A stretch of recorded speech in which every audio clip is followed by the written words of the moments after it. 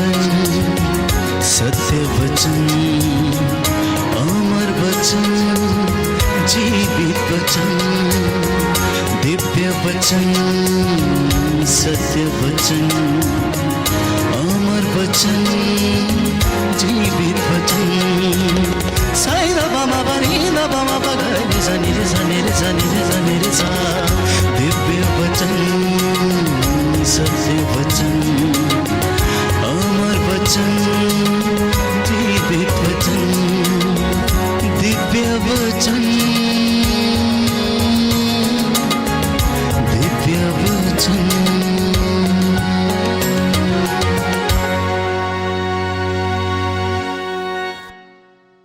पवित्र शास्त्र हमें बताता है कि प्रभु ये कहता है कि मेरी वाणी हथौड़े के जैसी है, जो चट्टान पर पड़ते ही उसे टुकड़े टुकड़े कर देती हैं। आज की सदी की विडंबना ये है कि लोगों को अपने धर्म शास्त्र का ज्ञान नहीं है। वो प्रभु की बातों को सुनना नहीं चाहते हैं, और यदि सुनते हैं तो उन पर चलना नहीं चाहते हैं, और यदि चलने का प्रयास भी करते हैं तो लोग उन्हें भटका देते हैं और वे भटक जाते हैं। इसलिए प्रभु का वचन हमें बताता है कि स्तोत्रकार कहता है कि तेरी शिक्षा की व्याख्या मुझे क्या प्रदान करती है? जीवन प्रदान करती है, मेरा पथ प्रदर्शन करती है, मेरा पथ आलोकित करती है। इसलिए आज का जो वचन परमेश्वर ने दिया है वो ये है कि प्रभु ने कहा कि मेरे बच्चों से कहो कि ये मेरी इच्छा पर चलना सीखें। तो आज का जो पहला संदेश प्रभु देना चाहता है वो ये है कि विश्वासी प्रभु की इच्छा पर चलना सीखें। विश्वासी प्रभु की इच्छा पर चलना सीखें।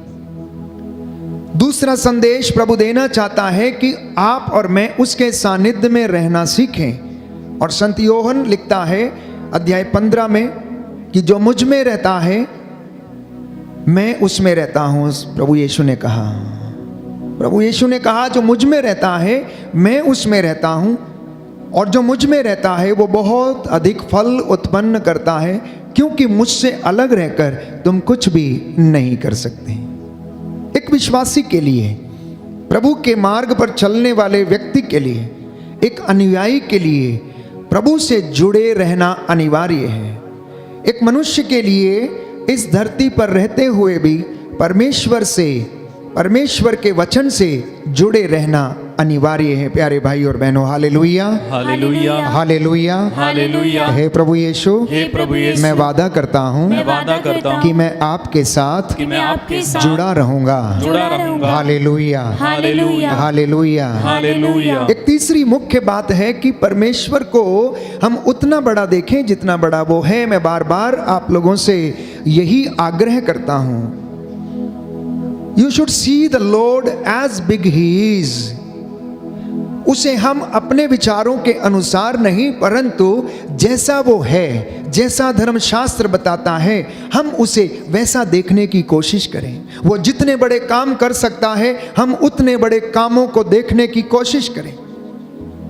वो जो रहस्य और चमत्कार दिखा सकता है, प्रकट कर सकता है, हम उसे उसी तरह से देखने की कोशिश करें।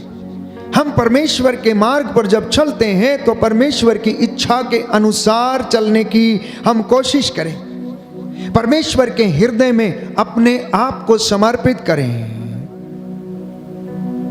अन्यथा बाइबल कहती है कि मनुष्य को इससे क्या लाभ यदि वो सारा संसार प्राप्त कर ले परंतु अपनी आत्मा गंवा दे, अपना जीवन गंवा दे। क्या लाभ है उसे? हम किसके लिए प्रयत्न करते हैं? हम क्यों प्रयत्न करते हैं? इस जीवन में हमारा उद्देश्य क्या है? What is the purpose of our life on this अर्थ?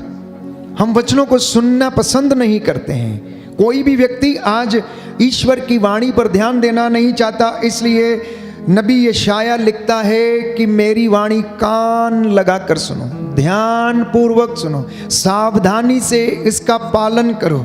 और ये तुम्हें जीवन प्रदान करेगी। बोले आमेन। आमेन। हालेलुया, हालेलुया। Hallelujah, hallelujah. यीशु की स्तुति हो, यीशु की स्तुति हो। यीशु को धन्यवाद, यीशु को यीशु धन्यवाद। की आराधना हो, यीशु की आराधना। यीशु की आराधना हो, यीशु की आराधना। यीशु की महिमा हो, यीशु की महिमा। यीशु को धन्यवाद, यीशु को धन्यवाद। हालेलुया। हालेलुया। क्योंकि बाइबल में बताती है कि जिस तरह पानी और बर्फ आकाश से उतरकर भूमि को सींचे बिना और उसे उपजाऊ बनाए बिना, हरियाली से ढके बिना वहाँ नहीं लौटते, जिससे कि बीज बोने वाले को बीज और खाने वाले को अनाज दे सकें, उसी तरह परमेश्वर कहता है मेरी वाणी भी है। जब वो बोली जाती है, जब सुनाई जाती है, तो अपना उद्देश्य पूरा करके वो वापस लौटती है।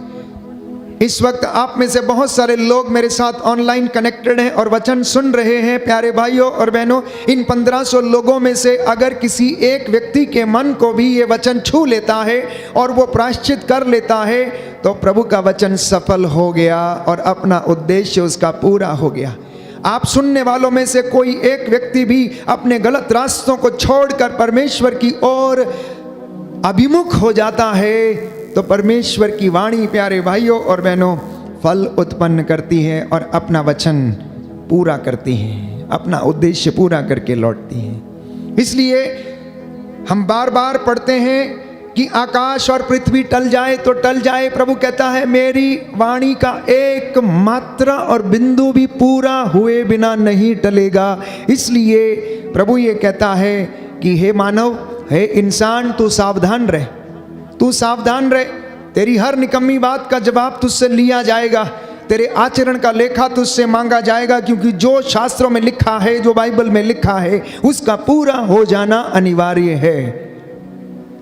अगर बाइबल में यह लिखा है प्रकाशित वाक्य में कि तेरे कर्मों के अनुसार तेरा न्याय किया जाएगा, तो ये सत्य है और ऐसा ही होगा। जीवन की पुस्तक खोली जाएगी और हमारे सामने पढ़ा जाएगा, हमारे अच्छे और बुरे कर्मों को पढ़कर सुनाया जाएगा। ये परम सत्य है, क्योंकि ये पवित्र बाइबल का वचन है, ये पूरा हुए बिना नहीं टलेगा। यीशु ने यदि कहा कि मैं तुम्हें जीवन दूंगा, जो मेरे पास आएगा अंधकार में नहीं भटकेगा, तो ये भी परम सत्य है, क्योंकि उसने कहा मार्ग, सत्य और जीवन मैं हूं।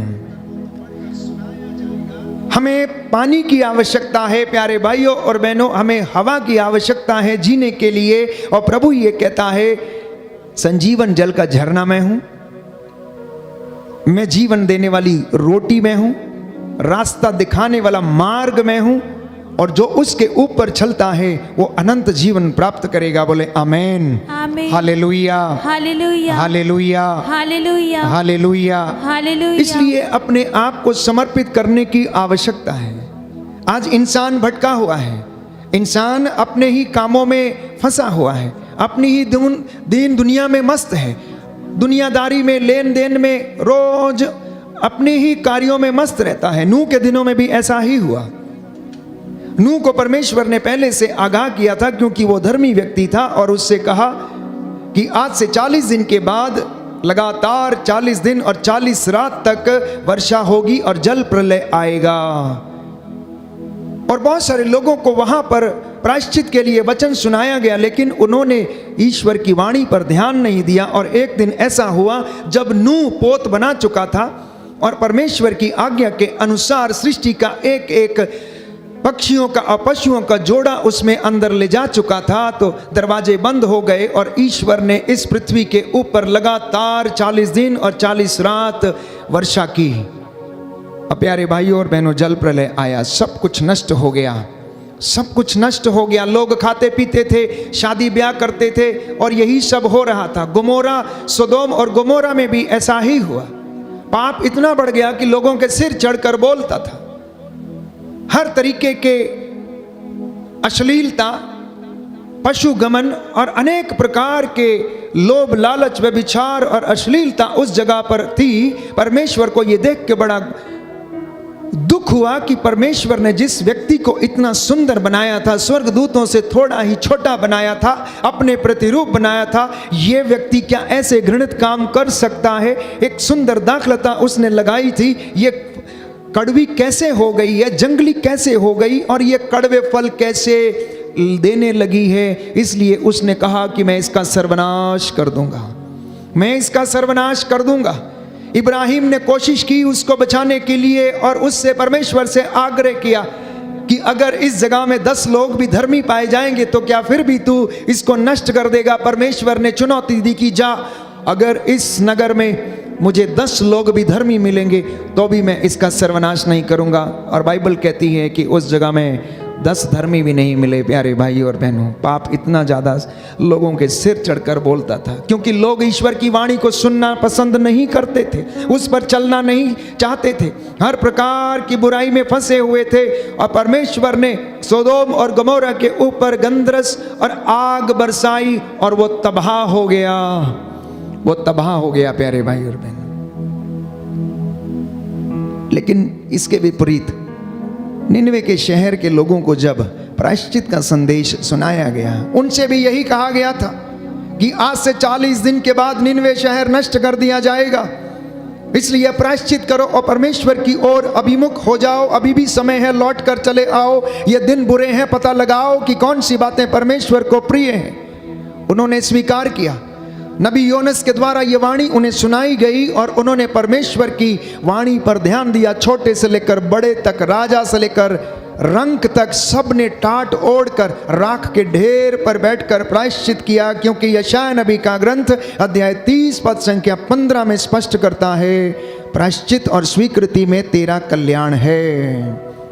Your salvation lies in repentance and forgiveness. Your salvation lies in repentance and forgiveness. आपका उद्धार प्यारे भाइयों और बहनों प्रायश्चित में है, आपका उद्धार क्षमा करने में है, क्योंकि यीशु ने कहा यदि तू क्षमा करेगा तो तुझे भी क्षमा किया जाएगा, यदि तू क्षमा करेगा तो तुझे भी क्षमा किया जाएगा, तू यदि दोष नहीं लगाएगा तो तुझ पर भी दोष नहीं लगाया जाएगा, तू अगर देगा तो तुझे भी दिया जाएगा, ऊपर उठी हुई पूरी की पूरी नाप तेरी झोली में डाल दी जाएगी। इसलिए बाइबल कहती है ईमानदारी और वफादारी को अपने गले में क्या कर दो, पट्टा बांध के पहन लो। जैसे कोई व्यक्ति चेन में लॉकेट डाल के पहनता है, उस तरीके से ईमानदारी और वफादारी, विनम्रता और पवित्रता ये अपने से दूर ना करो, क्योंकि इसके अभाव में कोई भी ईश्वर के दर्शन नहीं कर सकता। No one can see the lord without holiness and repentance.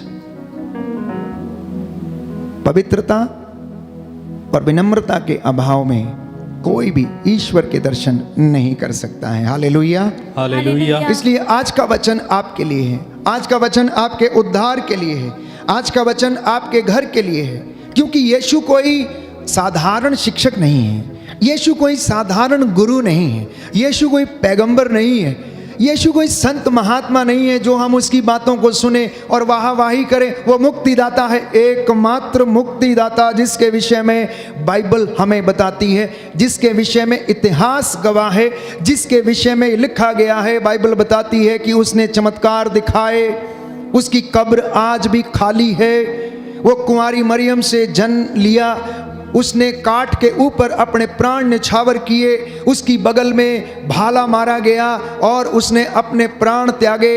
मेरे और आपके गुनाहों के लिए उसने प्रायश्चित किया, क्योंकि यहूदियों की प्रथा में ये धारणा थी कि पशुओं का रक्त की बलि अर्पित करने से पाप हरे जाते हैं। ये पुरानी व्यवस्था में धारणा थी, लेकिन नई व्यवस्था में जब हम देखते हैं कि ईश्वर इमैनुअल बनकर यीशु के रूप में इस दुनिया में आया, तो उसी प्रथा को प्रभु ने सार्थक सिद्ध करते हुए उन प्राणों को न्यौछावर कर दिया, क्योंकि किसी जीवित व्यक्ति के प्राण ही प्यारे भाइयों और बहनों दूसरे को जीवन दे सकते हैं। किसी जीवित व्यक्ति के प्राण ही दूसरों को जीवन दे सकते हैं, किसी जीवित व्यक्ति का लहू ही दूसरों को जीवन दे सकता है, मरे हुए का नहीं। हमारा परमेश्वर मरा हुआ नहीं है, हमारा परमेश्वर जीवित परमेश्वर है।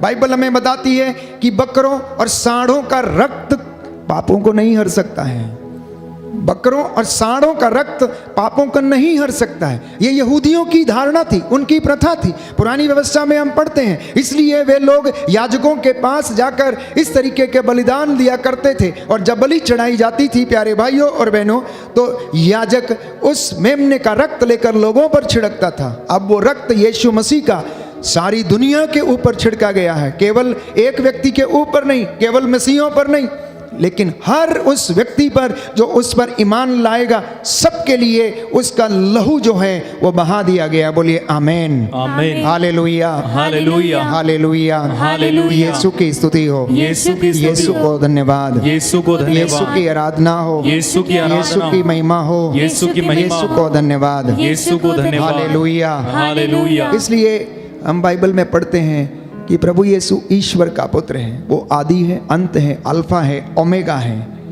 ईश्वर ने उन्हें धरती के ऊपर, आकाश के नीचे सारा अधिकार प्रदान किया है। फिलिपियों के पत्र अध्याय 2 पद संख्या 8 और उससे आगे हम पढ़ते हैं, सारी सृष्टि उसके अधीन है। उसे जीवन, मृत्यु और भाग्य पर, वर्तमान पर, भूतकाल पर, सृष्टि पर, स्वर्ग पर, पृथ्वी पर, सब कुछ पर अधिकार परमेश्वर ने उसे दिया है। लेकिन फिर भी उसने उसकी बराबरी नहीं की। उन्होंने हमें उदाहरण दिया है। यीशु ने हमें उदाहरण दिया कि जैसा मैंने तुम्हारे साथ किया है वैसा ही तुम एक दूसरे के साथ किया करो, अपने मित्रों के साथ तुम ऐसा ही किया करो। इसलिए ईश्वर को जानिए, ईश्वर को पहचानिए, यीशु को जानिए। जो उसे जानने का प्रयास करते हैं, जिनके जीवन में वो एनकाउंटर करता है, उनका जीवन बदल जाता है। और हमारे प्यारे भाइयों और बहनों,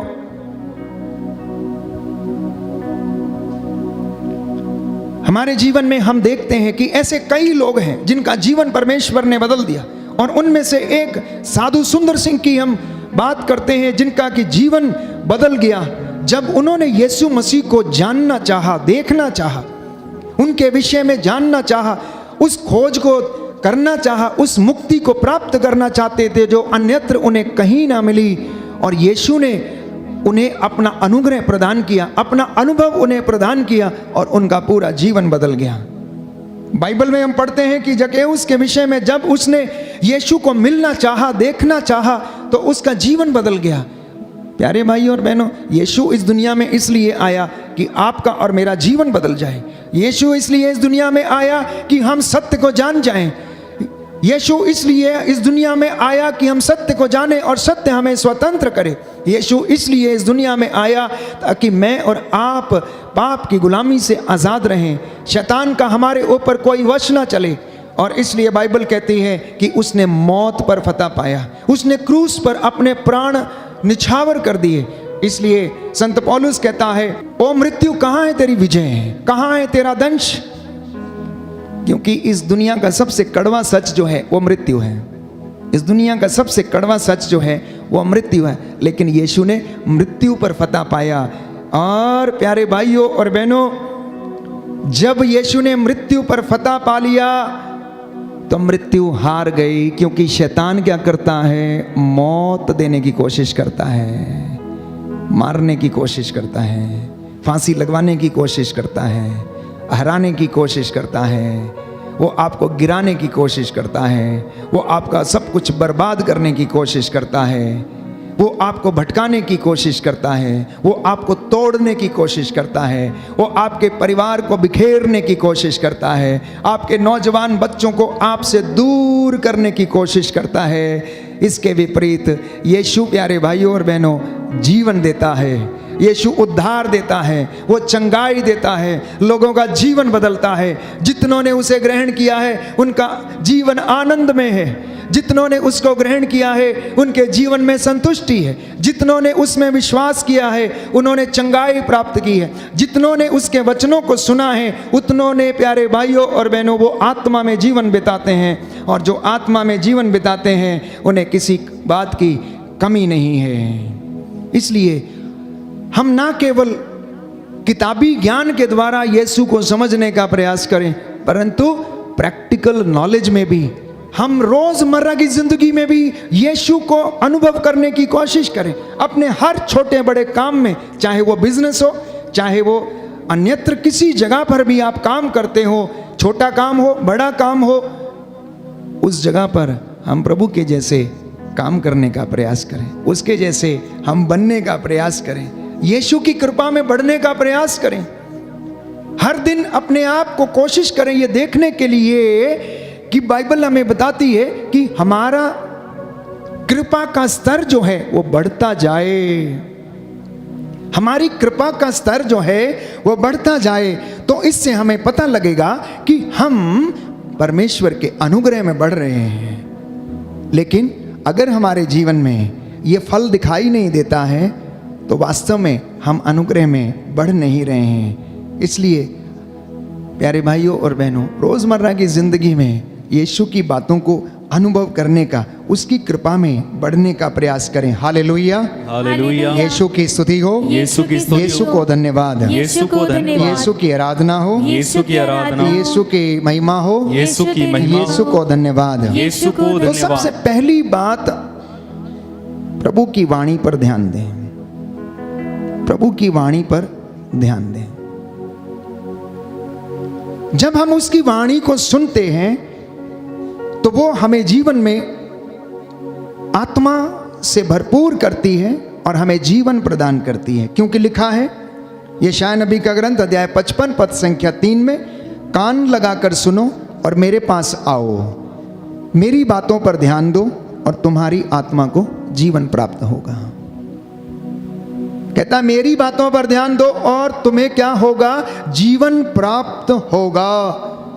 नीति वचन सूक्ति ग्रंथ अध्याय 4 पद संख्या 20 में लिखा है कि पुत्र मेरी बातों पर ध्यान दो, कान लगाकर मेरी शिक्षा को सुनो, उसे अपनी आंखों से ओझल न होने दो, उसे अपने हृदय में संजोए रखो और वह तुम में नवजीवन का संचार करेगी, वह तुम्हारे शरीर को स्वस्थ रखेगी। बोलिए आमेन, आमेन। हालेलुया, हालेलुया। प्रभु का वचन कहता है, प्रभु का वचन कहता है, पुत्र मेरी बातों पर ध्यान दो, पुत्र मेरी बातों पर ध्यान दो, कान लगाकर मेरी शिक्षा सुनो, कान लगाकर मेरी शिक्षा सुनो, उसे अपनी आंखों से ओझल न होने दो, उसे अपनी आंखों से ओझल ना होने दो, उसे अपने हृदय में संजोए रखो, उसे अपने हृदय में संजोए रखो। वह तुम में नवजीवन का संचार करेगी, वह तुम में नवजीवन का संचार वह करेगी, तुम्हारे शरीर को स्वस्थ रखेगी। और तुम्हारे शरीर को स्वस्थ रखेगी। Hallelujah, hallelujah, hallelujah. हालेलुया। कितनी अच्छी बात है, कितना सुंदर मंत्र है।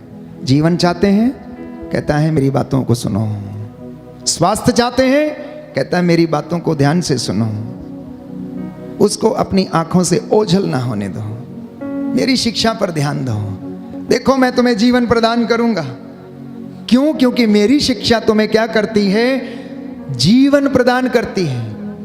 तुम्हें उससे आत्मा और जीवन प्राप्त होगा। लेकिन आप अपने आसपास और अपने ही जीवन में झांक कर देखिए कि हम में से कितने लोग उसकी वाणी को सुनते हैं, उस पर चलने की कोशिश करते हैं, उसे समझने का प्रयास करते हैं। क्योंकि हम ऐसा नहीं करते, इसलिए हम स्वस्थ नहीं रहते, हमारा मन अशांत रहता है, हमारा मन प्रलोभन में भटकता है, हमारा मन अनेक प्रकार की बुराइयों में फंस जाता है और हम आशीष से वंचित हो जाते हैं। हम कृपा में बढ़ नहीं पाते हैं। हमारी कृपा का लेवल, ग्रेस का लेवल जो है वो बढ़ता नहीं है। हम उम्र में बढ़ते जाते हैं, बाल पकते जाते हैं, लेकिन आशीष का स्तर नहीं बढ़ता है। हम जहाँ के तहाँ ही रहते हैं। बाइबल कहती है वयोवृद्ध वही है जो ईश्वर की शिक्षा पर ध्यान लगाता, उसे अपने हृदय से संजोए रखता है, पूरी श्रद्धा और भक्ति से दृढ़ता पूर्वक उसकी शिक्षा का पालन करता है, वही वयोवृद्ध है, वही उद्धार प्राप्त करेगा। आज लोग ईश्वर की आशीष से वंचित हैं तो सिर्फ इसलिए क्योंकि वो वचन को ग्रहण नहीं करते हैं। इसलिए यीशु ने एक सुंदर दृष्टांत सुनाया। एक बीज बोने वाला बीज बोने निकला। बोते बोते कुछ बीज जो थे अच्छी भूमि पर गिरे और कुछ रास्ते के किनारे कंकड़ वाली भूमि पर गिरे और कुछ झाड़ियों में गिरे। जो इधर उधर रास्ते के किनारे जल्दी से उग आए, सूरज का ताप लगने से जल्दी मुरझा गए, क्योंकि उनमें जड़ गहरी नहीं थी। कुछ जो कांटों में गिरे, झाड़ियाँ बड़ी हो गईं और उन्होंने क्या किया, जैसे ही वो बड़े होने लगे ऊपर से दबा दिया। लेकिन कुछ जो अच्छी भूमि पर गिरे थे वो उगे, पौधा बना, और उनमें से कोई 60 गुना, कोई 70 गुना और कोई 100 गुना फल लाया। प्यारे भाई और बहनों, हमारा हृदय ये वो भूमि है जिस पर ये बीज बोया जाता है। पथरीली भूमि ये वो भूमि है, कठोरता की भूमि, कठोरता की भूमि। जो वचन सुनते तो हैं लेकिन कठोर हृदय के हैं, इसलिए उस पर चलने का प्रयास नहीं करते, उसे ठुकरा देते हैं। झाड़ियां, जंगली झाड़ियां, कटीली झाड़ियां इस संसार के प्रलोभन है, माया जाल है जो इस वचन को बढ़ने नहीं देता है। लेकिन किसान ने जो बीज बोया था प्यारे भाइयों और बहनों, वो तो अच्छा ही बीज बोया था। किसान जब बीज बोता है तो वो निश्चित करता है कि उसका एक एक दाना अच्छा हो, लेकिन बीज में, हर दाने में अपनी क्षमता है। आप इतने लोग वचन सुन रहे हैं, आपका हृदय अलग अलग क्षमता वाला हृदय है और अलग अलग तरीके से ये क्या करता है, फल उत्पन्न करता है। कोई 60 गुना तो कोई 70 गुना, कोई 100 गुना, सब में अलग अलग फल देने का प्रयास करता है। जो जितनी ज़्यादा मेहनत करता है वो उतना अधिक फल लाता है। प्यारे भाई और बहनों, जो जितना ज़्यादा परमेश्वर के नज़दीक रहता है, जितनी ज़्यादा अच्छी भूमि में रहता है, जितनी ज़्यादा गहराई में रहता है, जितना ज़्यादा विश्वास में रहता है, वो उतना ही ज़्यादा फल उत्पन्न करता है। लेकिन जो माया जाल में फंस जाता है, जो पथरीली भूमि पर यानी कि कठोरता का जीवन व्यतीत करता है, वो बहुत जल्दी निराश हो जाते हैं। इसलिए प्रवक्ता ग्रंथ लिखता, अध्याय 2 पद संख्या 3 में, ईश्वर से लिपटे रहो ताकि अंत में तुम्हारा कल्याण हो। कुछ लोग सोचते हैं अभी कल्याण हो जाए, अभी मिल जाए। प्रवक्ता कहता है तुम ईश्वर से लिपटे रहो ताकि अंत में तुम्हारा कल्याण हो। Hallelujah, hallelujah, hallelujah, hallelujah. यीशु की स्तुति हो, यीशु की स्तुति हो, यीशु को धन्यवाद, यीशु को धन्यवाद, यीशु की आराधना हो, यीशु की आराधना, यीशु की महिमा हो, यीशु की महिमा यीशु को धन्यवाद। यीशु को धन्यवाद। Hallelujah, hallelujah, hallelujah, hallelujah, hallelujah. Hallelujah. तो परमेश्वर ये कहता है कि मैं भी उन्हीं लोगों पर कृपा दृष्टि करता हूं जो विनम्र और पश्चातापी हैं, जो मेरा वचन सुनते उन पर चलते हैं। यशायाह नबी का ग्रंथ अध्याय 66 पद संख्या 2 उसका दूसरा भाग, कि परमेश्वर ऐसे लोगों पर दया करता है जो विनम्र हैं, जो पश्चातापी हैं, फल उत्पन्न करने के लिए प्रयास करते हैं, आत्मत्याग करते हैं, जो उसकी सेवा में रहते हैं, विनम्रता का जीवन जीते हैं, जो अनुयायी बनते हैं। ये परमेश्वर ने अपना वचन, यीशु ने रोज सुबह से लेकर शाम तक वचन सुनाते थे, ऐसे ही बोलते थे, यही शिक्षा देते थे। धन्य हैं वे लोग जो मेल मिलाप करते हैं, धन्य हैं वे लोग जो वचन के भूखे और प्यासे हैं, धन्य हैं वे लोग जो परमेश्वर के दर्शन करना चाहते हैं, धन्य हैं वे लोग जो अपनी रोटी भूखों के साथ बांटते हैं। धन्य ये आज की दुनिया में अपने आप के ऊपर अप्लाई करें प्यारे भाई और बहनों। इसलिए मेल मिलाप कराने का प्रयास करें, ईश्वर को खोजने का प्रयास करें, तो आप परमेश्वर की नज़रों में धन्य माने जाएंगे। क्योंकि उसने कहा, यीशु ने कहा, बाइबल में बताती है कि अगर तुमने छोटे से छोटा काम मेरे भाई किसी भी एक व्यक्ति के लिए, जो कितना भी छोटा क्यों ना हो, उसके लिए किया तो तुमने मेरे लिए किया। एक गिलास ठंडा पानी अगर तुमने मेरे नाम पर इन छोटे व्यक्तियों में से किसी एक को पिला दिया तो ये काम तुमने मेरे लिए किया है। तो प्रियजनों, हमारी आवश्यकता चंगाई नहीं है, याद रखना। हमारी आवश्यकता क्या है? उद्धार है। हमारी आवश्यकता चंगाई नहीं, हमारी आवश्यकता उद्धार है। हमारी आवश्यकता हमारे बिजनेस की उन्नति नहीं, हमारा उद्धार है। कई लोग प्रार्थना करते हैं कि हमारा गल्ला बढ़ता जाए, उस पर आशीष आती जाए, उस पर इतना पैसा आता जाए। अरे भाई, नहीं होगा, नहीं होगा, क्योंकि प्रभु का गणित थोड़ा अलग है। प्रभु का गणित जानते हैं कैसा है? मत्ती का सुसमाचार अध्याय 6 पद संख्या 6, प्रभु का वचन ये कहता है कि तू सबसे पहले ईश्वर और उसके राज्य की धार्मिकता की खोज कर और तब तुम्हें ये मिलेगा। ये परमेश्वर का गणित है। हम उसकी कृपा में बढ़ने का प्रयास करें, क्योंकि हमारी आवश्यकता चंगाई नहीं, हमारी आवश्यकता पैसे की बढ़ोतरी नहीं, हमारी आवश्यकता सांसारिक चीजों की उन्नति नहीं, परंतु हमारी आवश्यकता जो है परमेश्वर के अनुग्रह में बढ़ना, परमेश्वर की धार्मिकता में बढ़ना, परमेश्वर के वचन में बढ़ना। जब हम इसमें बढ़ते हैं तो बाकी की चीजें यूं ही आती जाएंगी, क्योंकि अगर मन चंगा है तो कहते हैं कटौती में गंगा है। अगर मन शांत है तो हड्डियां भी स्वस्थ रहेंगी, अगर मन शांत नहीं है तो हड्डियां स्वस्थ नहीं रहेंगी। और मन शांत नहीं है तो आपको पता नहीं चलेगा कि क्या पहले करना है और क्या बाद में करना है, कौन से कार्य को करना है। आप विचलित रहेंगे। आप में से बहुत सारे लोग अभी बहुत विचलित हैं। कल आपने क्या करना है, किसका उधार लाना है, किसका देना है, किसके इंस्टॉलमेंट्स भरने हैं, कल कहाँ से पैसा जुटाना है, कल कैसे आएगा, क्या होगा। यीशु ने कहा कल की चिंता कल को करने दो, आज की मुसीबत आज के लिए काफ़ी है, तुम वर्तमान की चिंता करो। तुम क्यों चिंता करते हो, मैं तुम्हारे साथ हूँ। कहता है इन चिड़ियों को देखो, क्या 2 पैसे में गौरैया नहीं मिलती? क्या परमेश्वर जिसने इन्हें बनाया खिलाता नहीं है? वो ऐसे भंडारों से खाती हैं जिसमें वो ना तो काटती हैं, ना मेहनत करती हैं, और ना ही उसके लिए कोई श्रम करती हैं। फिर भी परमेश्वर की इच्छा के बगैर कोई भी आसमान से नीचे नहीं गिरती है। आप में से कितने लोग हैं जिनको परमेश्वर भरपेट खिलाता है? आप में से कितने लोग हैं, आपकी दुकानदारी जो है बहुत अच्छी चलती है, परंतु आपकी सोच जो है वो तो ये है कि मुझे बहुत मिल जाए। जिस दिन बहुत मिल जाएगा उस दिन आप परमेश्वर से दूर चले जाएंगे। इसलिए वो आपको उतना ही देता है जितना कि आपके लिए ज़रूरी है। इसलिए एक सुंदर उदाहरण मैंने आपको दिया था। जब जक्कैउस के विषय में पढ़ते हैं तो जक्कैउस को याद आया कि उसके लिए कितना पर्याप्त है। उसने कहा मैं अपनी संपत्ति का आधा भाग बेचूंगा और गरीबों में बांटूंगा, क्योंकि उसकी मुझे आवश्यकता नहीं है, वो व्यर्थ में मैंने अपने घर में रखा हुआ है। उसके बाद जिसका मैंने लिया है उसको 4 गुना वापस करूंगा। तो अगर उसके पास 100 रुपये थे तो उसने 50 रुपये क्या कर दिया, गरीबों में बांट दिए। उसके बाद उसने 4 गुना लोगों को लौटाया, मतलब 40 रुपये और क्या कर दिए, लोगों को 4 गुना लौटा दिए। अब कितने बचे उसके पास? 10 रुपये, जो उसके लिए पर्याप्त थे, जो उसके सुकून के लिए पर्याप्त थे, जो उसकी शांति के लिए पर्याप्त थे, जिसमें उसे चैन आया।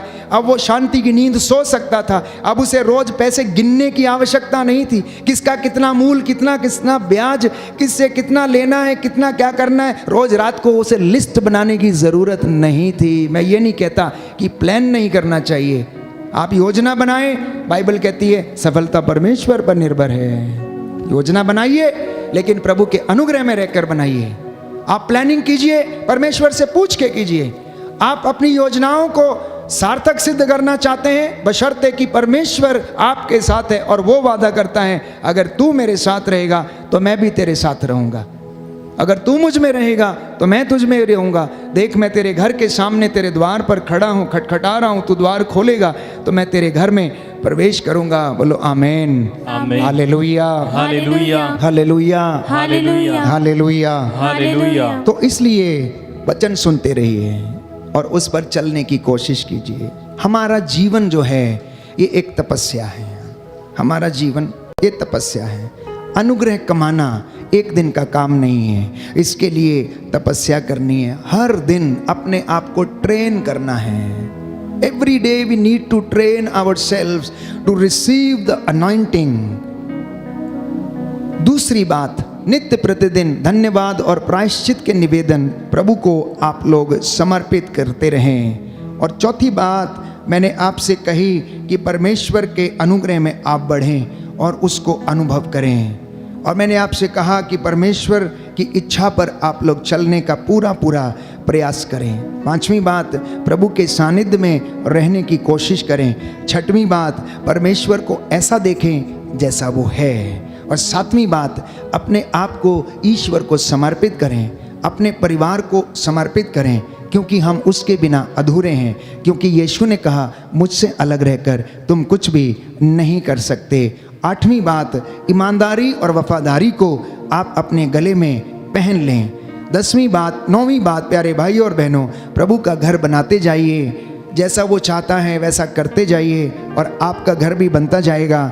और जैसा आप चाहते हैं आपकी योजना को भी वो पूरा करता जाएगा। आमीन। पवित्र आत्मा ने हमें इस वचन को सुनने और समझने का वरदान दिया है। व्यवहारिक शिक्षा, आध्यात्मिक शिक्षा, वचन में बढ़ने की शिक्षा, परमेश्वर का अनुग्रह प्राप्त करने का ज्ञान प्रभु ने हमें दिया है। आइए हम धन्यवाद करें, प्रभु हमें आशीष प्रदान करें।